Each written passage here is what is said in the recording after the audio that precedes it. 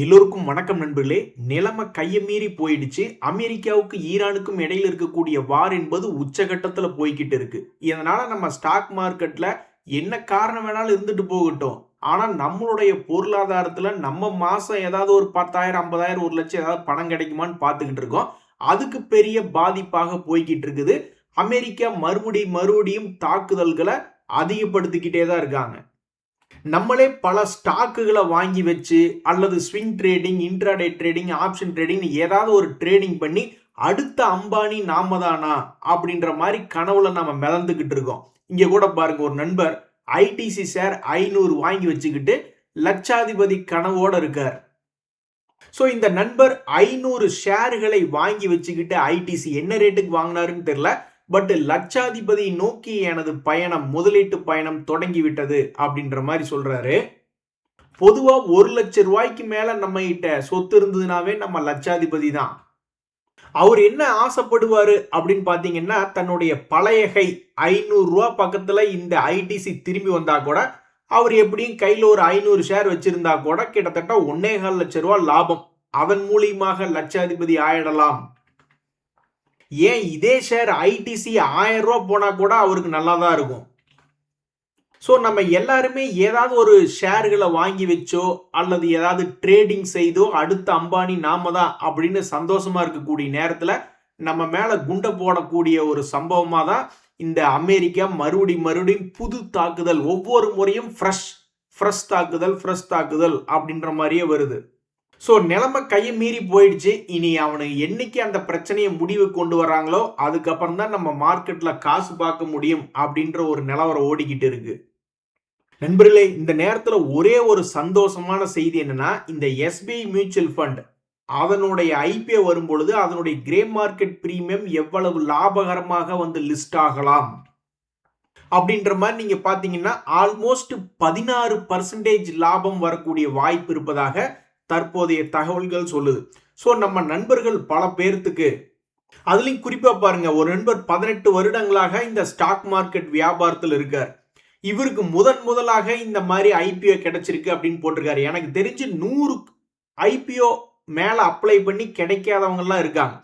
ஆனா இது போன்ற பெரிய ஐபிஓக்கள் வரும்பொழுது இதெல்லாம் 9,812 கோடி வந்து அவங்க ரைஸ் பண்றாங்க. ஸோ இது மாதிரி பெரிய ஐபிஓக்கள் வரும்பொழுது நம்மளுக்கு பல பேர்த்துக்கு கிடைக்கக்கூடிய சம்பவத்தை நம்ம பார்த்துருக்கோம்.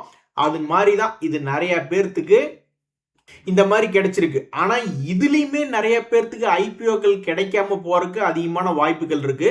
பெரும்பாலும் நம்ம பார்த்ததுல வந்து அம்மா பேர்ல, ஒய்ஃப் நேம்ல, அந்த மாதிரி பெண்களுடைய பெயர்ல ஏதாவது வச்சிருக்காங்களா, அலோகேஷனுக்கு பர்சன்டேஜ் இது வச்சிருக்காங்களா இல்லையா அப்படின்றது நம்மளுக்கு தெரியாது. ஆனா அவர்களுடைய நேம்ல அதிகமாக ஐபிஓக்கள் கிடைக்குது என்பது சமீபத்துல பல நண்பர்கள் கமெண்ட் போட்டிருக்காங்க. ஸோ அடுத்த வாரத்துல இது ஒண்ணுதான் நல்ல செய்தி. நண்பர்களே, இவ்வளவு இக்கட்டான நேரத்திலையும் நம்ம மார்க்கெட்ல மிக முக்கியமான பங்குகள் அப்படின்னு நம்ம போய் எடுத்து பார்த்தோம்னா இருக்கக்கூடிய உச்சியிலிருந்து ரொம்ப பக்கத்துல தான் இருக்கான். ஒரு 20% இறங்கிய பங்குகள் அல்லது ஒரு 40%க்குள்ள இறங்கிய பங்குகள், பழைய ஹையை போய் பிடிக்கக்கூடிய தூரத்துல ஒரு 40%க்குள்ள தான் மோஸ்ட்லி எல்லா பங்குகளும் சுத்திக்கிட்டு இருக்கு. நல்ல கீழே விழுந்த பங்குகளை போய் தேடி பிடிக்கிறதே ஒரு கஷ்டமான விஷயமா இருக்கு. இந்த நேரத்தில் அப்படி கீழே விழுந்து கிடக்கக்கூடிய சில பங்குகளை நம்ம இப்ப இந்த வீடியோல பார்க்க போறோம். ஃபர்ஸ்ட், இந்த central bank of India result நல்லா தான் கொடுத்துருக்காங்க. இந்த மாதிரி ரிசல்ட் நல்லா கொடுக்குறாங்க அப்படின்றத பல பெரிய அனலிஸ்டுகள்லாம் முதல்லயே தெரிஞ்சு வச்சுக்குவாங்க. அவங்க தான் அடிக்கடி இன்வெஸ்டர்ஸ் மீட்டிங்கெல்லாம் போறாங்கல்ல, அதுல சில கேள்விகள் கேட்பாங்க அல்லது ஏதாவது ஒரு உரையாடல் இருக்கும் அல்லது புது ஆர்டர்கள் கிடைக்குது, ஃபண்ட் ரைஸ் பண்றோம் அப்படின்ற மாதிரி பல்வேறு தகவல்களை நம்ம படிச்சுட்டு போயிடுவோம். ஆனா அவங்க எல்லாம் நோட்ல எழுதி வச்சுக்கிட்டு யாருக்கெல்லாம் பெரிய ஆர்டர் கிடைச்சிருக்கு அப்படின்ற மாதிரி பொதுவா வரக்கூடிய எதிர்காலத்துல வரக்கூடிய லாபம் இன்க்ரீஸ் ஆகிறத அவங்க முதல்லயே கண்டுபிடிச்சிருவாங்க. அப்படி கண்டுபிடிச்சுதான் அவங்களுடைய ரேட்டிங்ஸை வந்து உயர்த்தியோ அல்லது குறைச்சோ அல்லது பிளாட்டாவோ கொடுத்துக்கிட்டே இருப்பாங்க. இப்ப இந்த சென்ட்ரல் பேங்க் ஆஃப் இந்தியா அப்படின்ற பங்கினுடைய Q1 ரிசல்ட் அது வந்து எந்த விதமான தவறும் பண்ணல. ஃபர்ஸ்ட் ஆஃப் ஆல் இது டிவிடெண்ட் 3% கொடுக்கக்கூடிய பங்கு 3.79. அவங்களுடைய இந்த Q1 ரிசல்ட் சீசன்ல பாத்தீங்கன்னா அவங்களுடைய சேல்ஸ் ஆகட்டும் அல்லது அவங்களுடைய நெட் ப்ராஃபிட் என்பது பெரிய தொய்வில்லாமல் வந்திருக்கு. நான் எதுவும் தப்பு தண்டா பண்ணலப்பா அப்படின்ற மாதிரி இந்த சென்ட்ரல் பேங்க் ஆஃப் இந்தியா அதனுடைய பாதையை கரெக்டா செஞ்சிருச்சு, அதனுடைய பணியை. ஆனாலும் இந்த பங்கு சமீபத்தில் 2 நியூஸ், ஒன்னு 52 வீக் லோ பக்கத்தில் இருக்கு, இன்னொன்னு அதிகமான வால்யூம் என்பது நடந்திருக்கு. ஸோ ஏறாத பேங்க் பங்குகள் அப்படின்றதுல எப்படி இந்த இந்தியன் ஓவர்சீஸ் பேங்க் இத்தனை நாளா இன்னுமே பெருசா ஏறாம இருக்கோ, அதனுடைய பாதையிலே அண்ணன் பின்னாலே இந்த தம்பி போகிறேன் வாருங்கள் அப்படின்ற மாதிரி 2024 இருந்து அதனுடைய ட்ரெண்ட் லைன் என்பது இறங்கு முகமாகவே உள்ளது இந்த சென்ட்ரல் பேங்க் ஆஃப் இந்தியாவுக்கு. ஸோ இப்போ Q1 ரிசல்ட்ஸ் வெளிவந்து விட்டதுனால இந்த Q1 ரிசல்ட் சீசன்ல ஏதாவது ஒரு மாற்றம் வருமா? மொத்தமாக எத்தனை பர்சன்டேஜ் தன்னுடைய உச்சியிலிருந்து இறங்கி உள்ளதுன்னா 56% என்பது இறங்கி இருக்கு. இது ஒரு லாபம் செய்யக்கூடிய டிவிடெண்ட் தரக்கூடிய பங்கா இருக்கு. இவன் 31 ரூபாயிலிருந்து என்னைக்கு தன்னுடைய பழைய 70 ரூபாய் திரும்பி பிடிப்பான் அப்படின்றது தெரியவில்லை. ஸோ ஷேர் மார்க்கெட்ல லாபம் உயர்ந்தும் ஏன் இந்த ஷேர் பறக்கல அப்படின்னு பாவம் அந்த ஷேர் ஹோல்டர்ஸ் எல்லாம் ஃபீல் பண்ணிக்கிட்டு இருப்பாங்க. அடுத்த குவார்டர்லி ரிசல்ட் சீசன் வரைக்கும் இன்னும் 3 மாசம் இருக்கு. அதுல இந்த பங்கினுடைய விலை என்ன மாற்றமாக போகிறது என்பது பொறுத்திருந்து தான் பார்க்கணும். ஜில் ஜங் ஜக் அப்படின்ற மாதிரி சிறிய கம்பெனிகள் ஏதாவது ஒன்று பெரியதாக வளர்ந்து வரக்கூடிய வாய்ப்பு என்பது எதிர்காலத்தில் வரும். ஆனா அப்படி மேல வர்றதுக்கு எத்தனையோ கம்பெனிகள் முயற்சி பண்ணாலும் ஏதாவது சில கம்பெனிகள் தான் அந்த டாப் அப்படின்றது வர முடியும். ரிலையன்ஸ் கம்பெனி ஓபன் பண்ணப்ப எத்தனையோ பங்குகள் அதன் கூட ஓபன் பண்ணியிருப்பாங்க. ஆனா டாப்புக்கு வந்தது யாரு? ரிலையன்ஸ் ஒருத்தன் தானே. அது மாதிரி டாப்ல இருக்கக்கூடிய பங்குகள் நம்ம ஷேர் மார்க்கெட்ல இருக்குன்னு கணக்கெடுத்தோம்னா 100-150 தான் பெரிய கம்பெனிகளாக வரும். இந்த நேரத்தில் இந்த ஹார்ட்வின் இந்தியா அப்படின்ற ஒரு பங்குல ஒரு முக்கிய செய்தி என்னன்னா, வெறும் 772 கோடி மார்க்கெட் கேபிட்டல், ரொம்ப ரொம்ப தம்மா துண்டு பொடி பையன் அப்படின்னு சொல்ற மாதிரி ஸ்டாக் மார்க்கெட்ல. அது ஒரு போனஸ் கொடுத்த பங்கு. அதே மாதிரி அவனுடைய லாபம் என்பது பார்த்தோம்னா, இதுக்கு முன்னாடி அது செய்து கொண்டிருந்த லாபம் 2 கோடியில ஆரம்பித்தது, 3 கோடியில ஆரம்பிச்சு இப்ப 13 கோடி என்பது வந்திருக்கு. அதே மாதிரி சேல்ஸை பொறுத்த வரைக்கும் 18 கோடிக்கு பக்கத்துல ஒரு ஜீரோ போட்டு இப்ப 160 கோடி என்பது அதனுடைய சேல்ஸா இருக்கு. எதிர்காலத்தில் 160க்கு இன்னும் 10 வருஷம் கழிச்சு 160 பக்கத்துல ஒரு சைபரை போட்டு அதுக்கப்புறம் இன்னொரு 10 வருஷம் கழிச்சு இன்னொரு சைபரை போடக்கூடிய அளவுக்கெல்லாம் இது வளர்ச்சி அடையுமா இல்லையான்றதெல்லாம் யாருக்கும் தெரியாது. இது இருக்கக்கூடிய தொழில் என்பது அவ்வளவு தூரம் வளர்ச்சி அடையுமா அப்படின்னா அதுவும் இல்லை. இதெல்லாம் பாப்புலேஷன் பொறுத்துதான். கல்யாணம் ஆனவங்கல்ல ஏன்டா கல்யாணம் ஆச்சு அப்படின்னு யோசிக்கக்கூடியவங்க சில பேர் இருப்பாங்க. இன்னும் சில பேர் கல்யாணம் ஆனா தான் புதுசா வீடு வாங்குறதும், வீட்டுக்குள்ள அந்த கிளாஸ் வெட்டிங்க, கிச்சன் அப்படி இப்படின்னு அடுப்புங்கிற வேலை செய்யறதும் உண்டு. அப்படி ஹோம் ஃபர்னிஷிங் அப்படின்ற செக்டர்ல இருக்கக்கூடிய இந்த ஹார்ட்வின் இந்தியா இப்ப வரைக்கும் இவ்வளவு தூரம் வளர்ந்து வந்திருக்கு இந்த ஒரு 10 வருஷத்துல. இப்படி இருக்கக்கூடிய இந்த பங்கு சமீபத்துல கடும் சரிவு, அந்த மாதிரி பிரைஸ் மூவ்மெண்ட்ல பயங்கரமான சேஞ்சஸ் இருக்கு. அது என்ன அப்படின்ற மாதிரி எக்ஸ்சேஞ்சிலே இவங்க கிட்ட ஒரு கிளாரிட்டி கேட்டிருக்காங்க. ஸோ இந்த 2023 இருந்து பாத்தீங்கன்னா இந்த பங்கினுடைய பிரைஸ் மூவ்மெண்ட் முதல்ல இருந்தே இந்த மாதிரி பயங்கரமா ஏறி இறங்கக்கூடிய வேலையை தான் இது பண்ணியிருக்கு. ஸோ 2023 விலையில மறுபடியும் கீழே விழுந்து விட்ட இந்த ஹார்ட்வின் தன்னுடைய 200 டேஸ் மூவிங் ஆவரேஜ்ல இருந்து எவ்வளவு கீழே விழுந்து ஏறி இருக்கான் அப்படின்னு நம்ம இந்த வருஷத்துல மெஷர் பண்ண முடியாது. ஏன்னா இந்த வருஷத்துல இப்பதான் அவன் கீழே விழுந்திருக்கான். பொதுவா பல ஸ்மார்ட் மணி கான்செப்டுக்காரங்க என்ன பண்ணுவாங்கன்னா, ஒரு முறை நீ செஞ்சு காட்டு, கீழே விழுந்துட்டு மேல ஏறி காட்டினதுக்கு அப்புறம் தான் அதைய ஒரு அளவுகோலா வச்சுக்கிட்டு அடுத்த முறை கீழே இறங்குச்சுன்னா ஏதாவது பண்ணுன்ற. ஸோ இப்போதான் ஃபர்ஸ்ட் டைம் கீழே கிராஷ் ஆகி விழுந்திருக்கக்கூடிய இந்த ஹார்ட்வின் இந்தியா இந்த Q1 ரிசல்ட் சீசன்ல ஏதாவது சர்ப்ரைஸ் கொடுக்குமா இல்லையா என்பது ஒரு கேள்வியா இருக்கு. ஸோ கீழே கிராஷ் ஆகி கீழே விழுந்து கிடக்கக்கூடிய பெரிய பெரிய பங்குகளினுடைய லிஸ்டே ரொம்ப கம்மியாகி போயிடுச்சு. இது ஒரு வகையில் ஆச்சரியமா தான் இருக்கு. இன்னையா மார்க்கெட்டே கும்பாவா இருக்கு. ஆனா நம்ம போய் ஏதாவது உச்சியிலிருந்து பெருசா கீழே விழுந்து கிடக்கக்கூடிய பங்குகளை போய் எடுக்கலாம்னு பார்த்தா நிறைய பங்குகளினுடைய செய்திகளே இல்லை. இந்த HDFC லைஃப் என்பது பிரபலமான ஷேர் தான். இந்த பங்கினுடைய விலை என்பது சமீபத்தில் கீழே இறங்கிதான் கிடக்கு. இந்த பங்கினுடைய வீழ்ச்சி வரும்பொழுதெல்லாம் ஒரு எழுச்சி அப்படின்னு ஓடிக்கொண்டிருக்கக்கூடிய இந்த HDFC லைஃப் இன்னும் 2026 பெருசா சம்பாரிச்சு கொடுக்கல. இந்த நேரத்துல தான் இந்த பங்குக்கு ஏதாவது ட்ரிகர் கிடைக்காதான்னு பல பேர் பார்த்துக்கிட்டு இருந்தாங்க. அந்த நேரத்தில் இதனுடைய Q1 ரிசல்ட் பாத்தீங்கன்னா 611 கோடி லாபம் அப்படின்னு ரிப்போர்ட் பண்ணியிருக்காங்க. இப்ப வரைக்கும் அவங்க வந்து சமீபத்திய குவார்டர்ல இந்த அளவுக்கு பெரிய லாபம் என்பது ரிப்போர்ட் பண்ணல. ஸோ இறங்குவதும் ஏறுவதுமாகவே சுத்தி கொண்டிருக்கக்கூடிய ஒரு பிரபலமான ஷேர் ஹெச்டிஎஃப்சி லைஃப் ஷேர். அவன் இன்னும் 2026ல சம்பாரிச்சு தரல.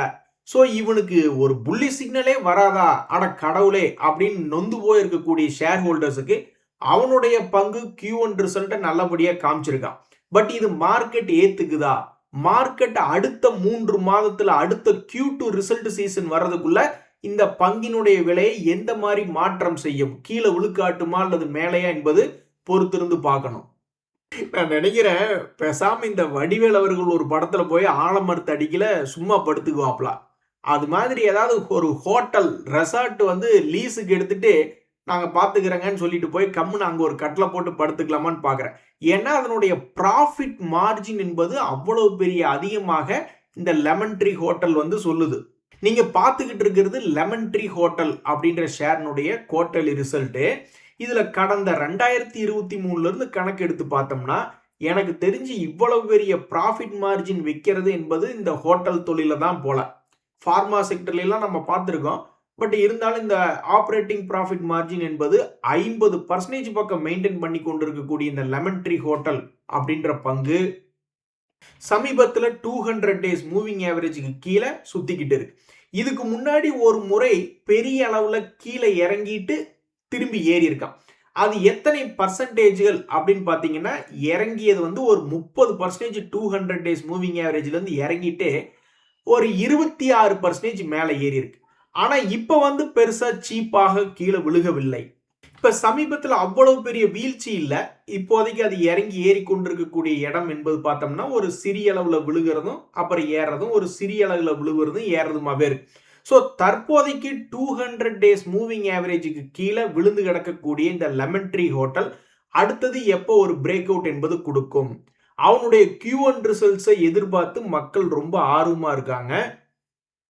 எதுக்கு நீட்டி படுத்து கொண்டிருக்கக்கூடிய பங்குகளுக்கு ரிசல்ட் சீசன்ல ஏதாவது ஒரு ட்ரிகர் வராதா அப்படின்னு ஆனா இந்த லெமன் ட்ரீ ஹோட்டல் அடிக்கடி அக்வஷன் பண்ணியிருக்கோம், பிசினஸ் ஆட் பண்ணியிருக்கோம் அப்படின்ற செய்திகள் அடிக்கடி நம்ம பார்த்துக்கிட்டு இருக்கோம். Q1 ரிசல்ட் மட்டும்தான் இதுக்கு செய்தி அப்படின்ற மாதிரிலாம் இல்லை.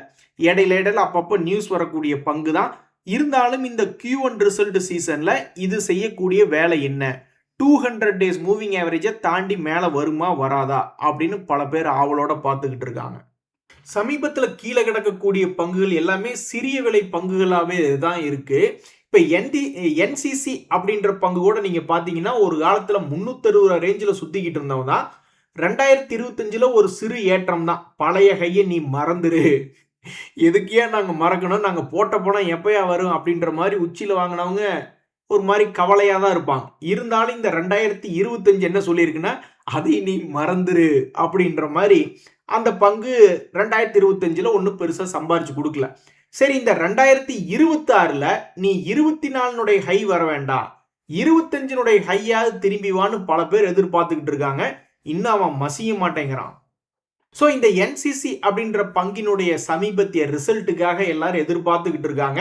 இது ஒன்றும் நஷ்டம் செய்யக்கூடிய பங்கு கிடையாது. இது வந்து அப்ப இருந்தே ஒரே மாதிரி தான் அதனுடைய வளர்ச்சி என்பது இருக்கு. ஆனால் கேட்டால் 83,004 கோடியெல்லாம் அதுகிட்ட ஆர்டர் புக் இருக்கு அப்படின்ற மாதிரி இருக்கு. அப்படி அத்தனை கோடிக்கு ஆர்டர் புக் இருந்ததுன்னா நீ என்னைக்காவது ஒரு நாள் டெலிவரி பண்ணத்தானே போற, அப்ப ஏன் நீ இன்னும் பறக்கல அப்படின்ற மாதிரி அந்த கான்செப்ட்ல இந்த ஸ்டாக்கை நிறைய பேர் எடுத்திருப்பாங்க தானே. ஆர்டர் புக் அதிகமா இருக்கு, நீ ஒரு வருஷத்துக்கு வந்து டெலிவரி பண்றது வந்து 20,000 கோடி தான். அப்ப எப்படி பார்த்தாலும் உனக்கு இன்னும் 4 வருஷத்துக்கு கவலையே கிடையாது. அதனுடைய மார்க்கெட்டிங் டீம் எல்லாம் ஜாலியா இருக்கக்கூடிய ஒரு சம்பவமா இருக்கு. ஏன் முதல்ல இத்தனை கோடி ஆர்டர் பிடிச்சி வச்சிருக்கோம், அதை முதல்ல நீங்க டெலிவரி பண்ற வழியை பாருங்கன்னு கெத்தா கால் மேல கால் போட்டு வந்து பேசுவாங்க. சில இடங்கள்ல பார்த்துருக்கீங்களா, மார்க்கெட்டிங் டீம் பயந்துட்டு கொண்டிருப்பாங்க. காலையில யாருக்குடா ஃபோன் பண்றது, எவன்டா ஆர்டர் எடுக்கிறது அப்படின்ட்டு. ஆனா இந்த இடத்துல அப்படி கிடையாது. ஆனாலும் இந்த என்சிசி ஷேருக்கு ஒரு நல்ல காலம் பிறக்கல. இதனுடைய கடைசி நல்ல காலம் எப்போ பிறந்ததுன்னா 2020ல் வெறும் 40 ரூபா ரேஞ்சில் இருந்து ஒரு 400 ரூபா வரைக்கும் போனது தான். அதுக்கப்புறம் இப்போ வரைக்கும் ஒரு நல்ல காலம் இல்லை. ஸோ என்னைக்கு இந்த என்சிசி ஷேர்ல ஒரு சர்ப்ரைஸ் காத்திருக்கு என்பது பொறுத்து இருந்து தான் பார்க்கணும். நண்பர்களே, இந்த ஜூப்ளியன்ட் ஃபுட் ஒர்க்ஸ் அப்படின்ற பங்குமே ஒரு லாபம் செய்யக்கூடிய ஒரு ஷேர் தான். அது இன்னும் நஷ்டத்துக்கெல்லாம் இந்த பங்கு என்பது போகல.